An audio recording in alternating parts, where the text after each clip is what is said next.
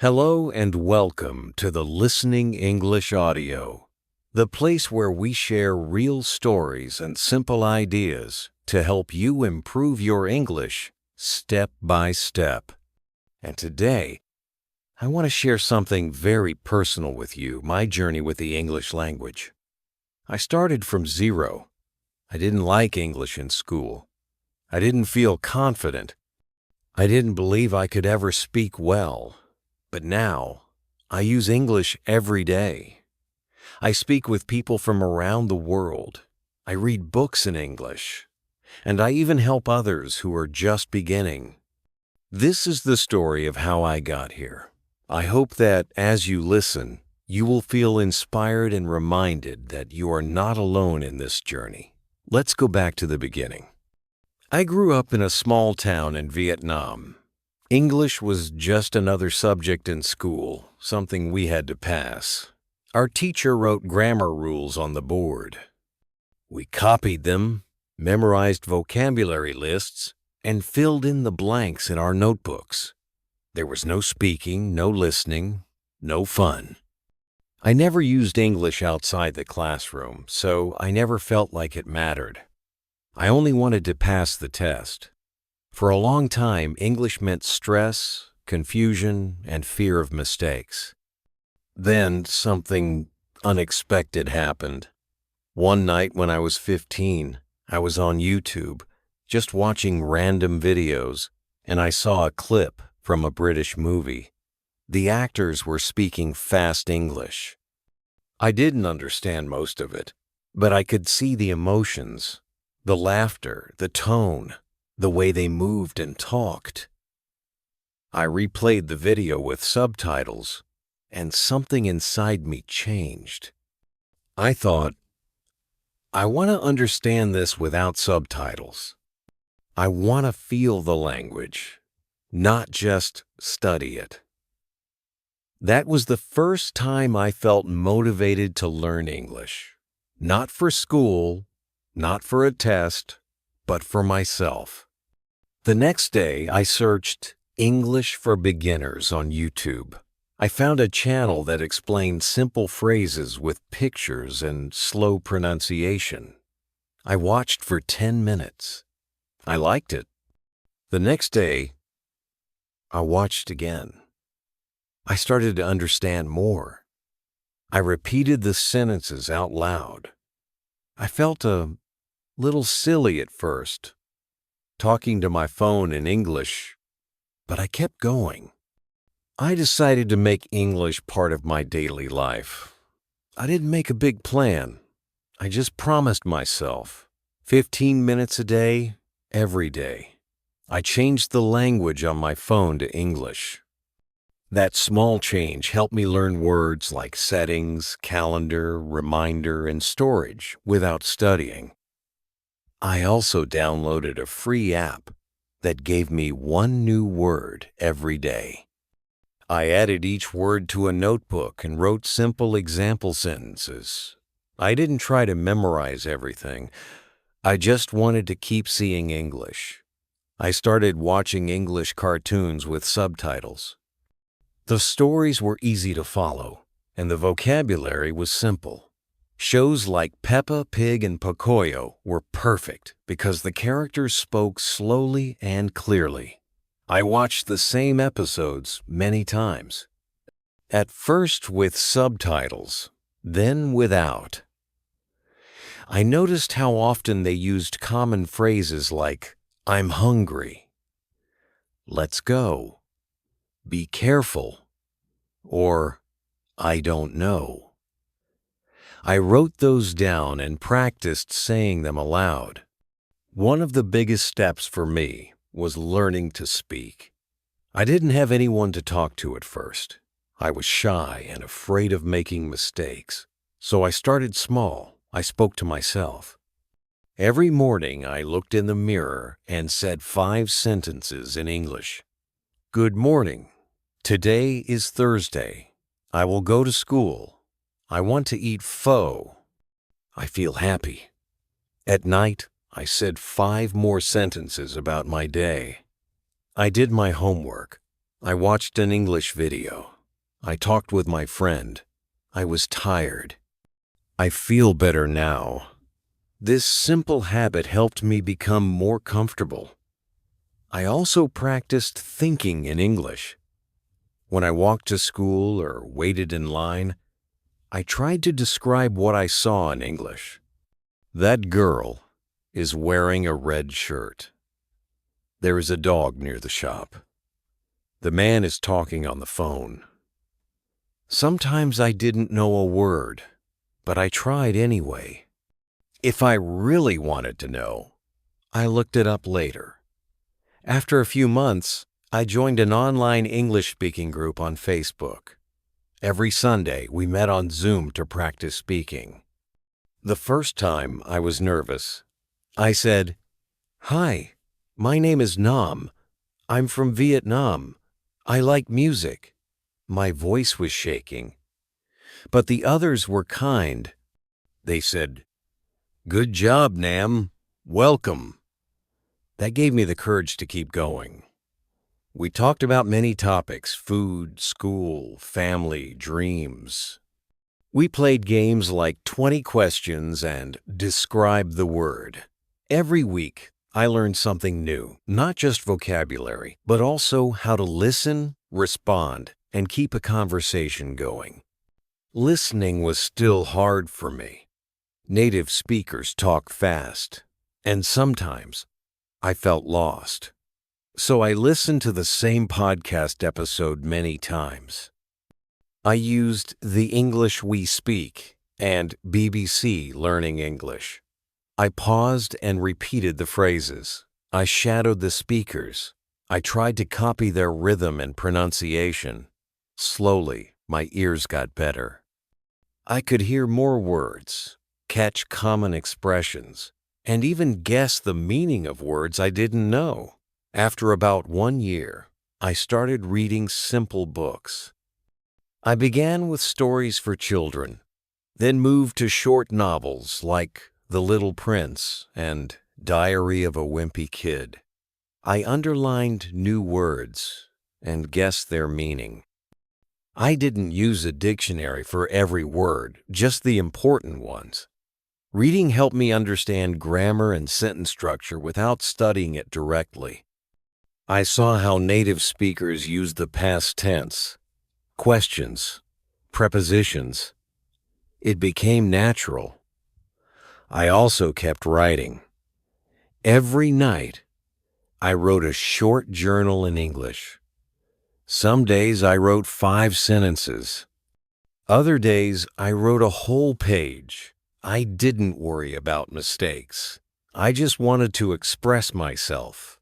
I wrote about my thoughts, my plans, my feelings. Writing helped me organize my English. It also made me realize how much I had learned. One of the most powerful moments came when I met a tourist in my city. He looked confused, so I said, "Can I help you?" He smiled and said, "Yes, I'm looking for the post office." I gave him directions in English. We talked for a few minutes. He said, "Your English is really good." I was so happy. That moment made me feel that all my small efforts had a real result. Now, English is part of my daily life. I watch movies, read articles, chat with friends, and even help beginners. I don't speak perfectly. I still make mistakes. But I feel confident. I'm not afraid anymore. I enjoy the process. I believe that anyone can learn English, no matter where you come from, how old you are, or how bad your grammar is. You don't need expensive classes. You don't need to move to an English-speaking country. You just need daily practice, patience, and the courage to make mistakes. Start with what you love. Watch something interesting. Listen to music. Write about your day. Talk to yourself. Think in English. Use simple language. Repeat often. And most importantly, don't stop. There were many days when I felt tired. confused, or slow. But I always remembered why I started. I wanted to understand people, connect with the world, and open new doors. English has given me so many opportunities to make friends, to learn new things, to grow as a person. I'm still learning, and I always will. That's the beauty of language. It's not a test to pass. It's a journey to enjoy. Thank you for listening to my story. I hope it inspires you to keep learning, to keep speaking, and to believe in yourself. You don't need to be perfect. You just need to start and never give up. This was the Everyday English Podcast. I'm Nam, and I'll see you in the next episode. Until then, keep learning, keep smiling, and keep going. And today I want to tell you a story about how I changed from a quiet student who couldn't say a full sentence in English to someone who now uses English every single day. This story is not about talent. It's not about going to a fancy school or living abroad. It's about small steps, everyday effort, and learning from real life. I hope my journey can help you in your journey too. When I was in secondary school, English was one of my worst subjects. I didn't hate it, but I didn't enjoy it either. I didn't understand why we had to memorize irregular verbs and grammar rules that didn't seem useful. In class, we read texts, answered questions, and did grammar exercises. Nobody really spoke. If the teacher asked a question in English, everyone looked down. We were afraid of giving the wrong answer or being laughed at. I was the same. I always looked at my book. I didn't want to make mistakes. My pronunciation was bad. I couldn't understand movies or songs. So for a long time, I believed English wasn't for me. I thought I wasn't smart enough or confident enough. That belief stayed with me until something changed. One day, I was watching a Korean drama. I usually watched it with Vietnamese subtitles. But that day, I couldn't find subtitles. I saw only English ones. I almost closed the video, but then I said, let me just try. I watched the first 10 minutes reading the English subtitles. To my surprise, I understood the main idea. I didn't understand every word, but I could follow the story. I watched the full episode. I felt proud. That was the first time I used English to enjoy something, not just study. From that day, I decided I wanted to really learn English, not for school, not for exams, for me. I didn't know where to start, so I began with something easy, listening to music. I chose slow songs with clear lyrics. One of the first songs I learned was Perfect by Ed Sheeran. I listened, read the lyrics, and tried to sing along. I didn't understand every word at first, but I looked them up later. I wrote new words in a notebook and made sentences with them. I sang the song again and again until I could sing it without reading. Music helped me learn pronunciation, rhythm, and everyday expressions. It also made me feel happy. I continued learning by watching videos on YouTube. I searched English for beginners and found many teachers who explained things clearly. I watched lessons about greetings, daily routines, and common mistakes.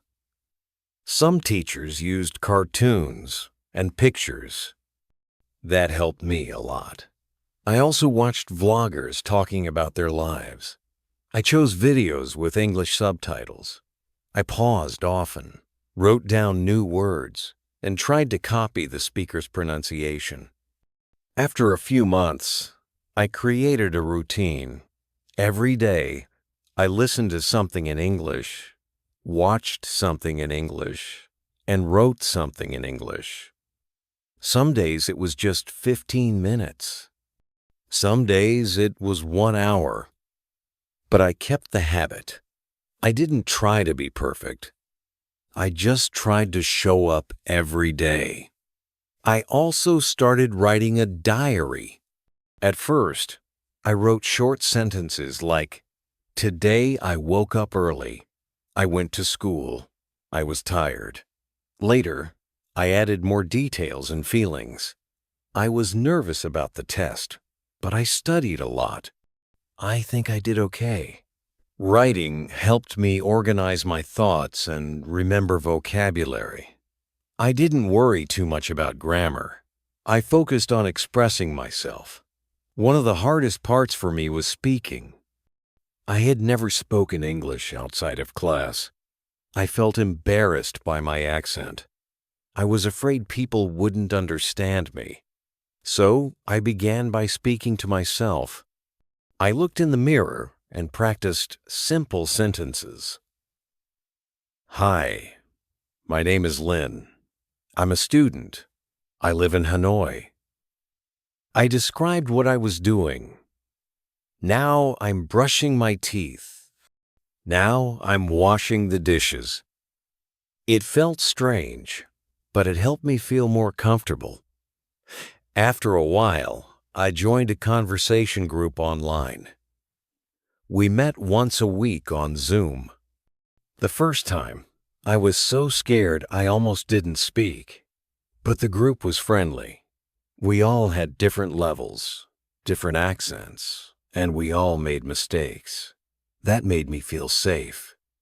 I introduced myself, and people said, "Good job." That small encouragement gave me courage. Week by week, I joined more sessions. We talked about daily life, favorite movies, books, travel dreams. I learned to listen and respond. I made friends from India, Turkey, Brazil, and Japan. We practiced together. We corrected each other kindly. Speaking regularly helped me improve a lot. Listening was another big challenge. At first, I didn't understand native speakers at all. They talked too fast. They used slang. I felt lost. But I didn't give up. I listened to the same videos or podcasts many times. I chose beginner-level podcasts like The English We Speak, Voice of America Learning English, or ESL Pod. I repeated what I heard. I shadowed the speakers. Slowly, I started to understand more. I also watched TED Talks with subtitles. I learned new ideas and practiced English at the same time. Reading was something I used to avoid. But then I discovered graded readers' books written for English learners. I read Level 1 stories first. Then I moved to Level 2. I read books like The Secret Garden, Dracula, and Anne of Green Gables. Reading helped me learn grammar and sentence patterns without studying them directly. I also read news articles on websites like Breaking News English or News in Levels. These sites use simple language, and they explain difficult words. After about 1.5 years, I felt different. I wasn't afraid to speak anymore. I could understand more when people talked. I started thinking in English. I even dreamed in English once. That was amazing. I still made mistakes, of course. I forgot words, used the wrong tense, or said strange things. But I didn't let mistakes stop me. I laughed, corrected myself, and continued. I also started helping beginners. I joined online forums and answered their questions. I shared resources. I gave advice. Helping others also helped me. It made me feel proud of how far I had come. Now, English is part of my everyday life. I watch YouTube without subtitles. I listen to English podcasts every morning. I write my journal in English. I talk to friends from around the world. I've also started learning other skills like digital marketing and design through online courses in English. That's something I never imagined before. English has opened new doors for me. I feel more confident, more connected, more curious. I don't feel stuck anymore. I know I can learn new things because I've already learned this. If you're listening to my story and thinking, I'm too old, or I'm too slow, or I'm not smart enough, please stop. I used to think that too, but I was wrong. You don't need to be perfect. You don't need to know every word. You just need to start and keep going. Build small habits. Watch what you love. Listen to real voices. Speak even if you make mistakes. Write your thoughts. Read interesting stories. Practice a little every day. You'll be surprised how far you can go in 1 year, 2 years, or 5 years. English is not a school subject. It's a key to the world. And you already have everything you need to use it. Your voice, your curiosity, your courage. Thank you for listening to my story. I hope it gives you energy to keep going. This was the Everyday English Podcast. I'm Lynn. Until next time, keep learning, keep believing, and keep using your English your way.